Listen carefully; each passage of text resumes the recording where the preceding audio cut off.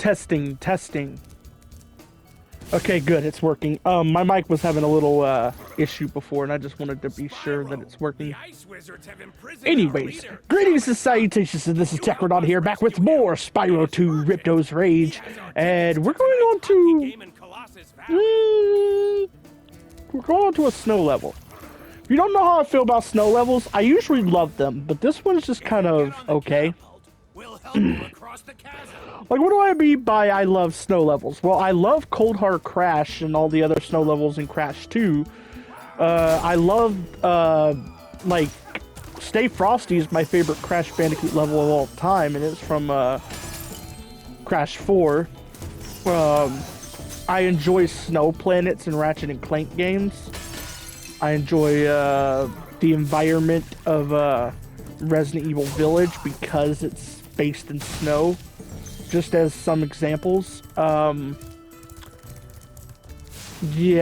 I need to, like, try new game series, I really do, because there's only, like, I want to say 6 game series that I, like, am a fan of more than one game from, and that's Crash, Ratchet and Clank, Sonic, Resident Evil, Borderlands, and BioShock. I definitely do need to, like, get into some new game series, and that is a plan that is something I plan to do. I just gotta think of what game series would be interesting for me to play. The problem is, one game series that I'd be interested in trying is only on Nintendo console, so that's out of the question. I can only afford to own one console. And of course I'm going for PlayStation 5 because, well, I have it already, but of course I have PlayStation 5 because I already had a big library of games saved on my PS4 due to PlayStation Plus free games and, you know, just games I got over the years digitally, and it's just like, that's the main reason. Like, I didn't want to spend a bunch of money replacing those games again, and some of those games, like Spider-Man 28, like, some of those games like Marvel Spider-Man and Ratchet and Clank Rift Apart, I wouldn't get to play anymore, and it's like, nah. Well, Ratchet and Clank Rift Apart I wouldn't have gotten to play at all, and that's a game that I definitely am glad I got to experience. So yeah, I do not regret getting a PS5. I don't. I know there are people out there that'll make the dumbass joke, it's got no games. Yeah. You could say that, but it's got God of War Ragnarok, which people love. I haven't tried it personally because it's a sequel to the 2018 game, which I am not fond of. I played it and I just really don't care for it. It's got a PS5 port of Spider-Man. It's gonna have Spider-Man 2. Or Spider-Man 2 might already be out, but I don't know. It's got Spider-Man Miles Morales. It's got Ratchet and Clank Rift Apart. It's got a PS5 version of The Last of Us, which is a game people also love that I also just don't care for.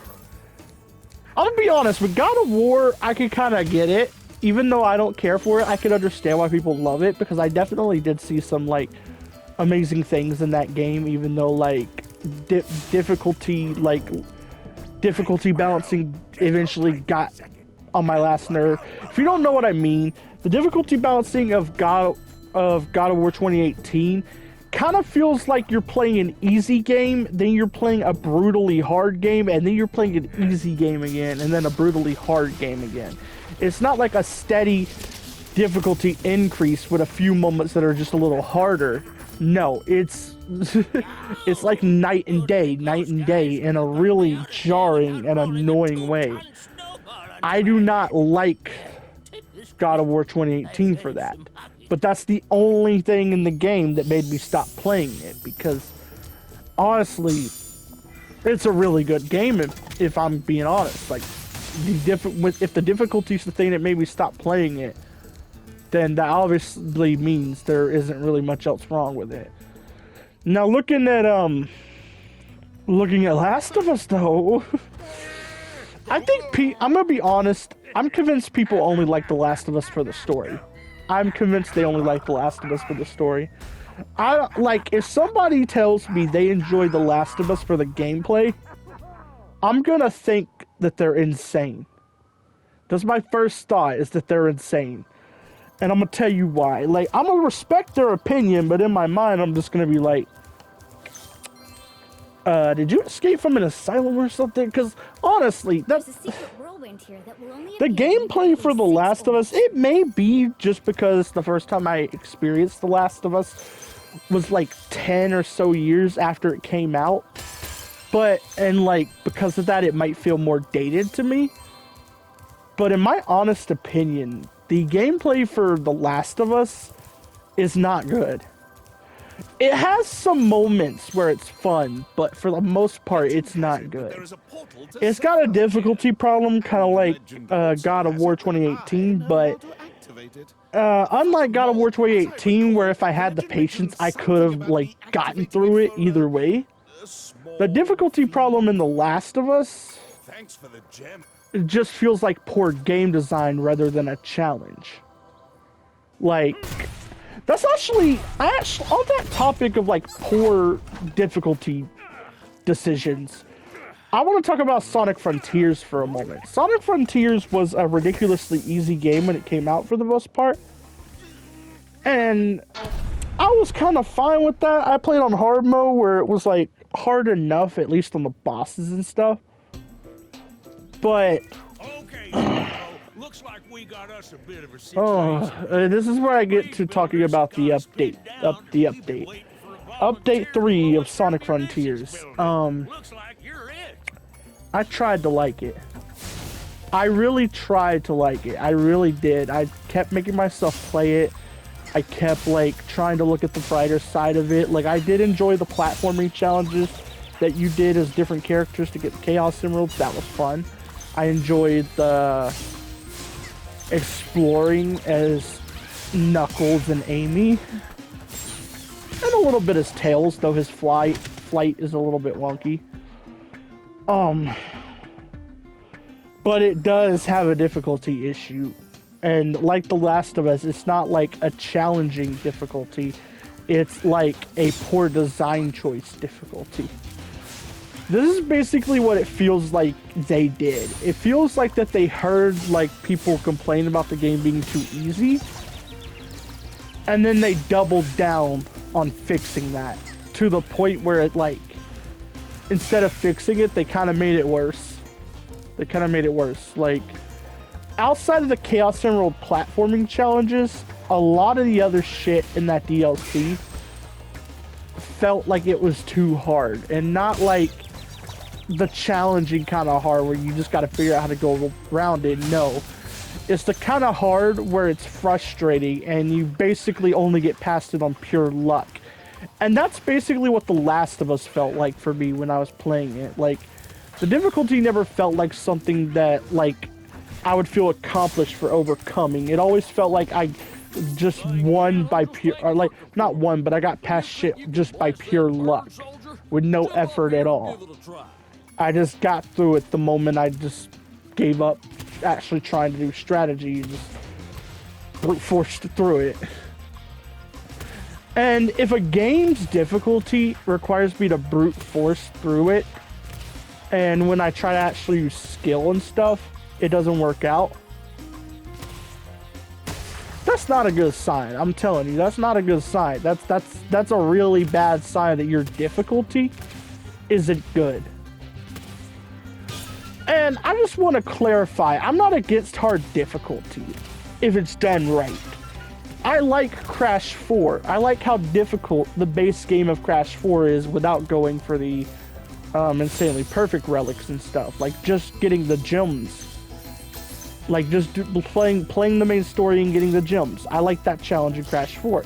It's ridiculously hard, yeah, but it's a kind of hard you can learn to get better at. And that is what hard difficulty should be.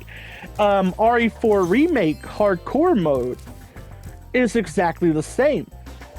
For the first time ever, like, okay, I already tried to play RE4 hardcore mode before, but I only ever got as far as like chapter 6. But now I'm in the middle of chapter 7, and on this replay of hardcore mode, which I'm doing on a New Game Plus run, I've actually learned a lot of tactics in RE4 I never even would have thought about on standard. Like, there's a bunch of like tactics that I've kind of like formed in my head and learned from trial and error that make the game easier on a harder difficulty. And that is good game design. That's when your hard difficulty is good. That's the same way Crash 4 is. A lot of its hard difficulty comes from having to learn how to overcome things. That is good difficulty. Now let's look at The Last of Us, and what was the other game I was mentioning? Oh yeah, Sonic Frontiers DLC. Well, no, let's just look at the Sonic Frontiers DLC. Let's look at that for a second. The platforming challenges are the right kind of difficulty. I have no problem with them. They're the exact kind of difficulty I was just talking about, that I was just saying is how difficulty should be done. That's how the platforming challenges in the update are. Then we get to the combat challenges. And oh boy, did they take those too far. You know, the smart game design choice would have been to let Sonic keep his levels and just make the enemies a little tougher, so they weren't basically real easy. That's not what they did. They basically gave you enemies on the level of the final island and reset Sonic's levels back to 1 in the update, in the combat scenarios. That is trash. That is really poor. That is a really poor decision. It would have been better just to make the enemies a little harder. Harder to the point where, like, you actually have to try. That would have been the smarter thing to do. No, that's not what they did. That's not what they did. I'm really disappointed too, because I was really looking forward to this update.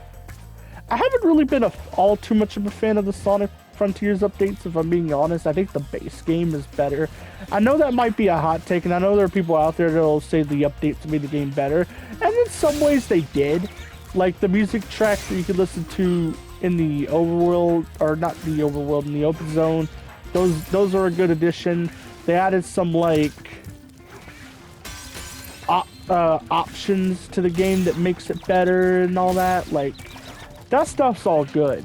And most of the stuff in the first 2 updates is either an improvement or is harmless.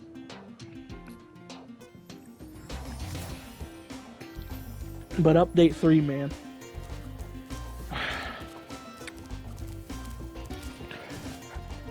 I'm gonna basically like tell you how I feel about update 3 exactly in like the most simple way possible. Easiest, most simple way I can think of. The last time I was this disappointed in a Sonic related thing was Sonic Forces.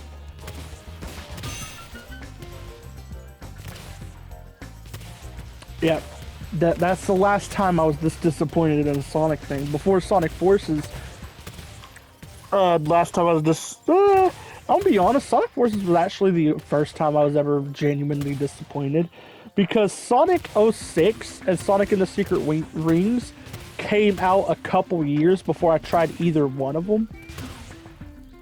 So by the time I tried them, I already heard about how bad they are. Sonic Forces, I kind of got around the time it launched and was disappointed. The Sonic Frontiers update, I tried basically a week after it released. Was disappointed.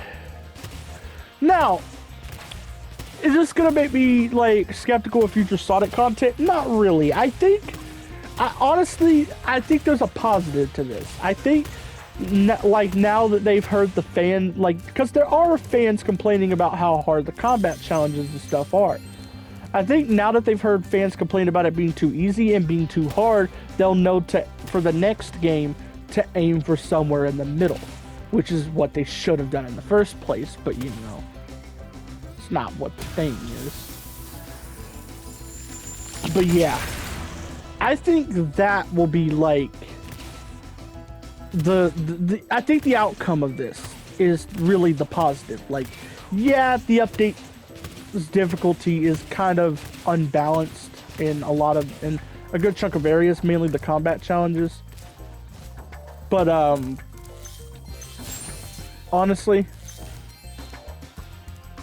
I think that's a positive because that, like, they've been listening to a lot of feedback people have been giving on Sonic Frontiers. Obviously, that's what made them make the game harder, or make the update harder.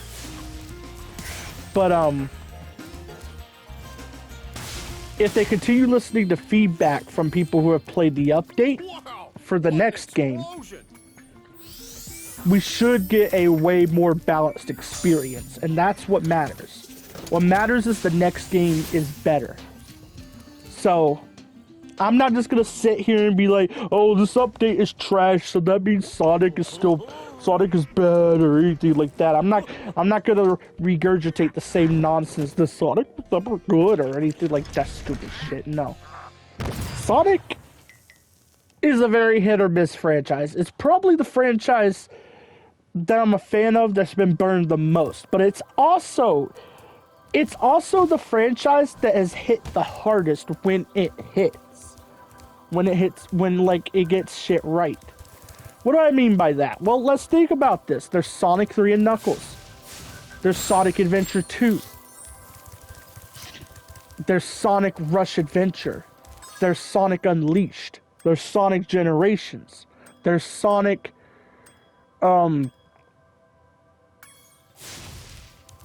Mania. I was reluctant to say that one because I'm not really a big fan of Mania. I think I've expressed that before. I much prefer Sonic 3 and Knuckles over it because Sonic 3 and Knuckles has better, like, game design in my opinion. Mania kind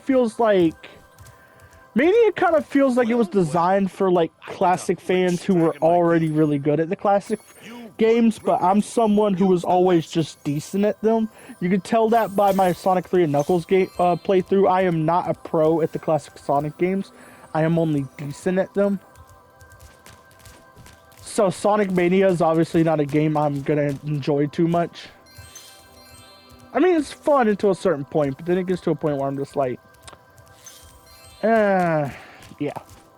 But Sonic Mania is another game that's really good. The thing with Sonic is, sure, it's like, it's had a good chunk of misses. It's had Sonic Labyrinth. It had Sonic and the Secret Rings, Sonic 06, Sonic Boom Rise of Lyric, Sonic Forces. Sure, it's had those. But the fact of the matter is, the good outweighs the bad, and sometimes that good hits lightning in a bottle, like with Sonic 3 and Knuckles, Sonic Adventure 2, Sonic Rush Adventure, Sonic Unleashed, Sonic Generations, and Sonic Mania, as I mentioned before. Those 6 games are like lightning in a bottle. Like, they were really good games that Sonic Team has never been able to replicate when they tried to. Or in the case of Rush Adventure, Dimps, because Dimps was never able to top Rush Adventure because Colors DS was okay, and then from what I hear, Sonic Generations for 3DS is not that good.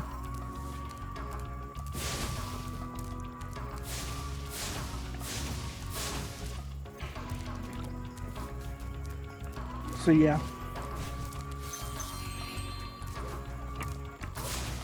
Oh yeah, I hate the NPCs for this level. That's my whoa shit is annoying. I don't care if she's a kid, man. I don't like kids. I think I've expressed that before. I just really don't like kids. There's some fictional kid and teenage characters I like, but in real life, Teenagers don't really get on my nerves that much in real life, but kids do. Kids, like anybody under the age of like 14 is super annoying to me in real life. Like I don't associate with, honestly for the most part, I don't really associate with anyone under 18 in the first place. Unless they're family or they're like family of a friend. Yeah, I just don't associate with them at all. That's just how I am. I don't like kids, man. Like, I really don't. They're super annoying. A lot of them are also assholes, too. Like, I get that, like, some of them just don't know better. But, like, some of them will say the rudest shit ever. And then, like, you're expected to let them get away with it because they're kids. No, that's exactly how your kid grows up thinking that's okay. When I was a kid, if I said something bad or my siblings said something bad, we were told it was wrong. We were like we were told it was wrong. We would receive some kind of minor punishment, like being sent to our rooms or something, like just something minor, like nothing like abusive, just minor stuff. But something enough to let us know that, like, oh hey, it's not okay to basically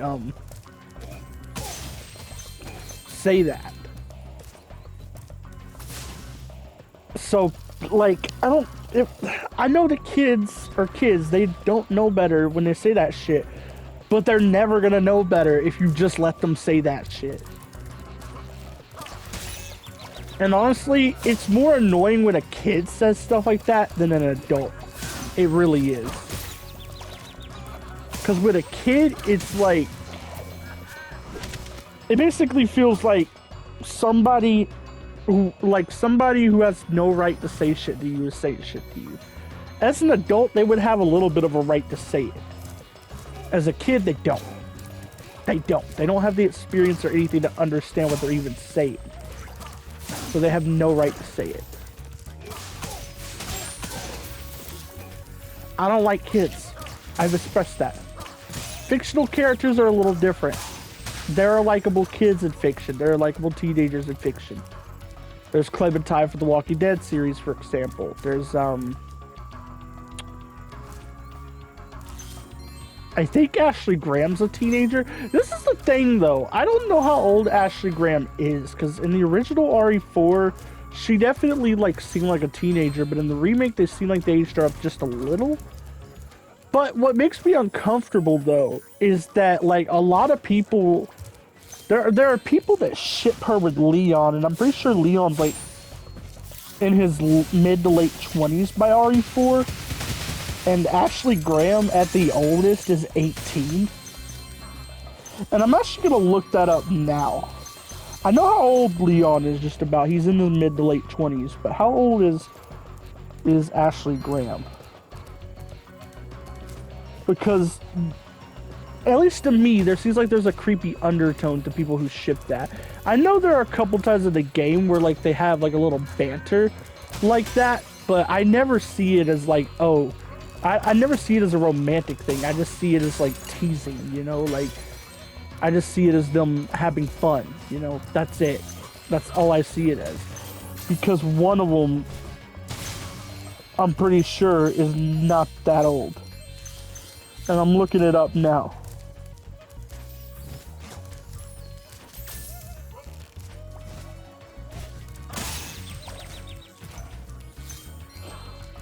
No.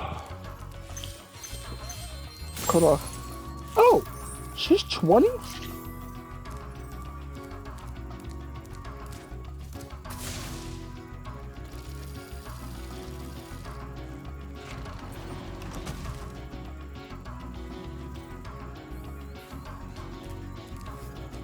Okay, well, I take back what I said. There's not a creepy undertone to it, but I still don't see it as like a romantic thing personally. I don't know. There are tons of ships I don't get. I don't get the Sonic and Shadow ship for Sonic fans either. Like, I don't understand that one either, because that one just feels like, oh, they're rivals, so they have to be lovers. Like, no, that's not how that shit works. It's like they want them to be like a Catra and Adora thing, but the difference is, I think Catra and Adora in She-Ra were written to be enemies to lovers from the beginning. Whereas, like, in the main series, Sonic and Shadow are not written that way. So, like, whenever somebody tries to portray it, or they just overall ship it, I just can't see it because there's no hints or anything that they could ever be something like that. And I honestly, up until recently, I never spoke on that shit because I feel like there'd be people that'd be like, oh, you just don't like it because it's gay. But now I actually have an arsenal of gay ships I actually ship myself that I've built up over the years that I can just fire back with and just be like, no, I ship this and that and this and that. I ship Marshall Lee with Gary, another male and male ship. So I don't want to hear it. You make a great secret. I don't want to hear it. Okay? Anyway.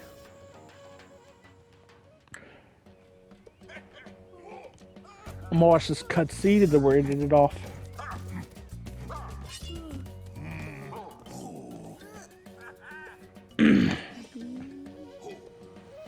And we're ending it off right about here. Bye!